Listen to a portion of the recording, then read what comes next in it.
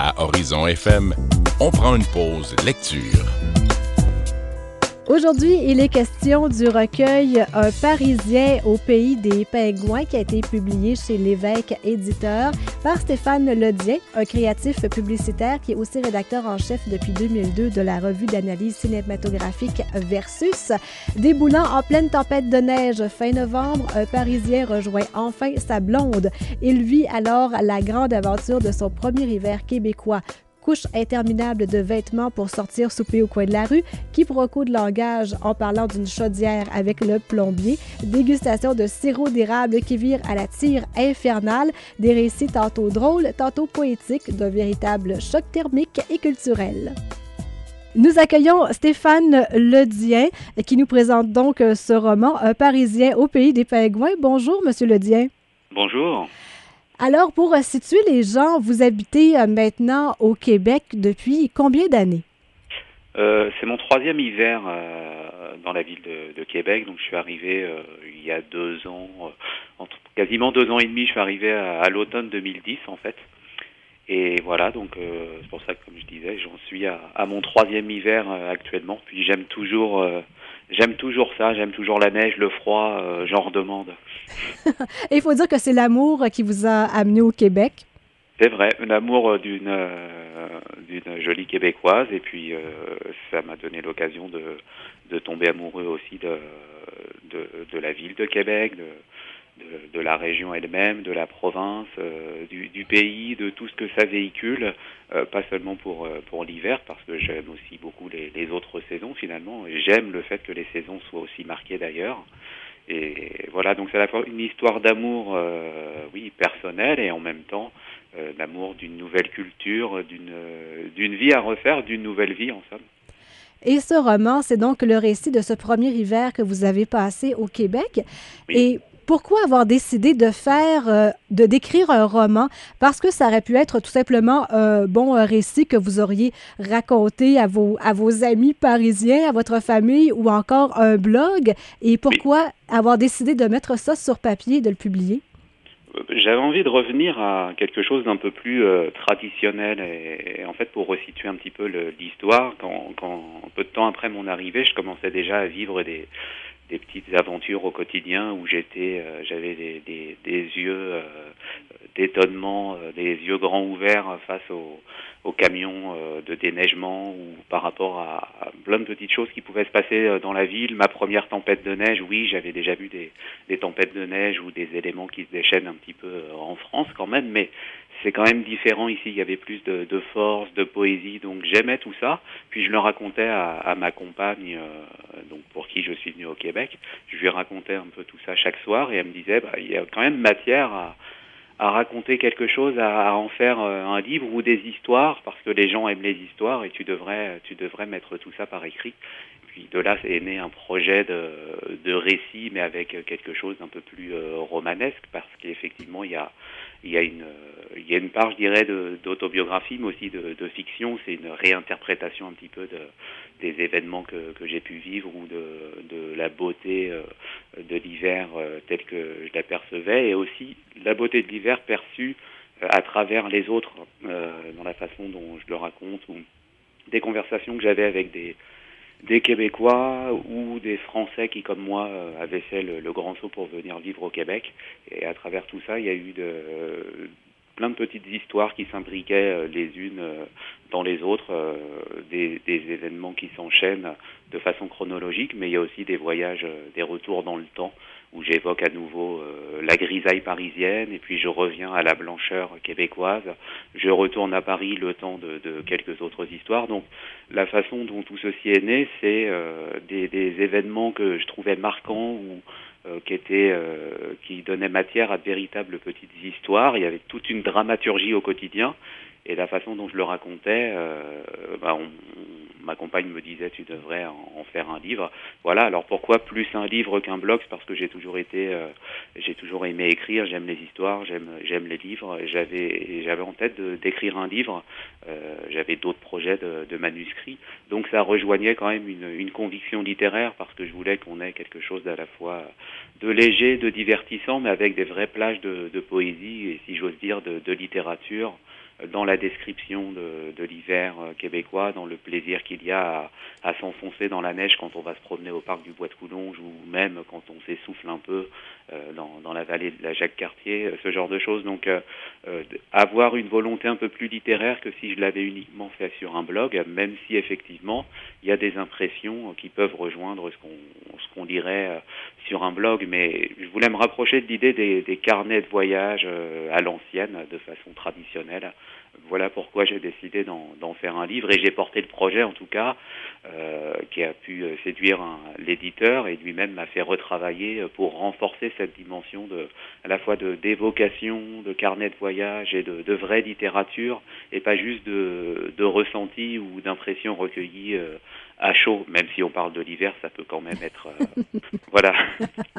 Et c'est vrai que vous vous adressez directement au lecteur. Et ce lecteur-là, au départ, est-ce que c'est surtout un roman destiné aux compatriotes français ou aux Québécois pour leur faire redécouvrir l'hiver? Je pense que spontanément, inconsciemment, je l'ai écrit avec l'idée d'avoir toujours, j'imaginais quand même un lectorat français, mais français qui habite en France ou français qui aurait déjà émigré ici au Québec. Puis petit à petit, il y a eu un peu plus d'ampleur, donc je me suis dit, il y a de quoi nourrir un petit peu les aspirations d'histoire et de littérature d'un public plus vaste. C'est vrai qu'il y a des récits ou ce qu'on pourrait même appeler des chroniques par moments qui ciblent directement les Français ou ceux qui connaissent bien les Français, c'est-à-dire les amis des Français et qui aiment aussi rire avec eux des petits travers que je peux épingler ici et là de la part de mes compatriotes, mais aussi de savoir séduire un public plus large, celui qui aimerait finalement redécouvrir l'hiver à travers les yeux de quelqu'un qui le voit avec, une part de naïveté, de poésie et d'admiration. Donc c'est pour ça que je reste persuadé, même plus d'un an après, un an après sa publication et puis près de 2 ans après ce premier hiver, que le livre peut aussi plaire à tous ceux qui aiment les déambulations dans l'hiver. C'est sûr que certaines plages du livre parleront davantage par moment aux Français qui habitent ici ou qui soient restés chez eux d'ailleurs, parce qu'il y a un peu des deux. On navigue entre Paris, Québec et puis d'autres évocations géographiques. Et puis il y a toute une dimension vraiment plus poétique. L'expérience de la neige, comment on vit avec le froid, comment on en fait quelque chose au quotidien, on en fait sa force ou presque une seconde nature. Ça m'a aussi permis de me mettre dans la peau d'un Québécois quelque part, mais qui redécouvrirait l'hiver avec un œil neuf et puis une émotion différente, parce que j'ai appris au fil des mois que c'est sûr que tous les Québécois n'ont pas le même rapport à l'hiver.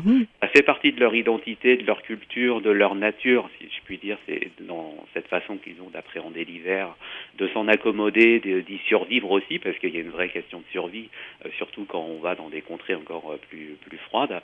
Mais je trouvais que les histoires à raconter, quand je parle un peu plus des Français, ça va aussi faire voyager les Québécois. Quand je parle un peu plus des Québécois et avec une approche par moment qui était volontairement terre à terre, c'était aussi pour faire voyager les Français et une manière de dire aux Québécois, regardez comment des choses simples qu'on véhicule sur la culture québécoise, vous voyez comment moi je les vois aussi. Vous l'avez dit en début d'entrevue, vous en êtes maintenant à votre 3e hiver au Québec et c'est encore tout plein de candeur. Vous l'avez dit, vous aimez l'hiver, vous aimez la neige. Oui. D'ailleurs, dans le roman, c'est rempli de candeur quand vous découvrez certains aspects de l'hiver. Mais là, est-ce que vous sentez quand même le regard de vos amis québécois qui se disent... Un jour, il en aura assez de l'hiver et surveille ce moment-là là, où vous en aurez marre de l'hiver. Il y a, c'est sûr, des gens que je croise régulièrement ou même ma compagne pour me taquiner de temps en temps qui me disaient alors est-ce que tu aimes toujours autant l'hiver, d'autant qu'entre-temps j'habite un endroit où on s'est installé à un endroit où il faut que je déneige pas tous les matins, mais en tout cas, dès qu'il y a eu beaucoup de neige qui est tombée, il faut que je déneige au petit matin. Donc, oui, j'aime toujours autant ça. La candeur, elle est là, mais elle a forcément évolué, mais c'est un peu inconscient. C'est comme connaît quelqu'un pour la première fois, quand on le découvre, c'est pas le même regard. Ensuite, on l'aime encore plus fort, et puis même si on connaît un petit peu plus de sa personnalité. Donc finalement, j'ai une approche un peu moins... la poésie, elle est toujours là pour moi. Je me réjouis toujours autant quand je vois la neige tomber, ne serait-ce que les moindres flocons, comme ce matin ici à Québec. Il y avait une petite neige fine qui était tombée, et là, ça m'a vraiment ravi.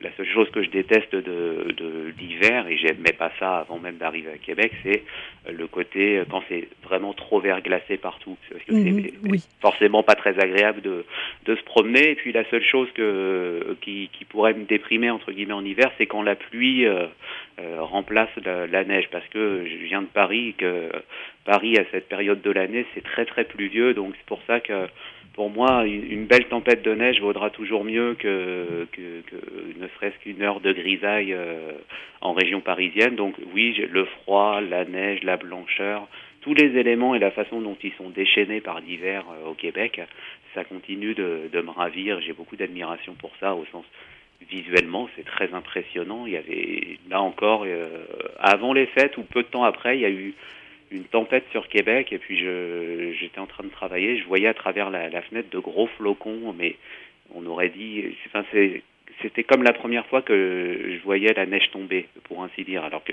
évidemment j'ai l'habitude, mais c'était la texture des flocons eux-mêmes, ça semblait si dufteux, si moelleux, on avait presque envie de sortir et puis de se rouler par terre, et puis de se dire à la neige, vas-y, ensevelis-moi, j'aime ça.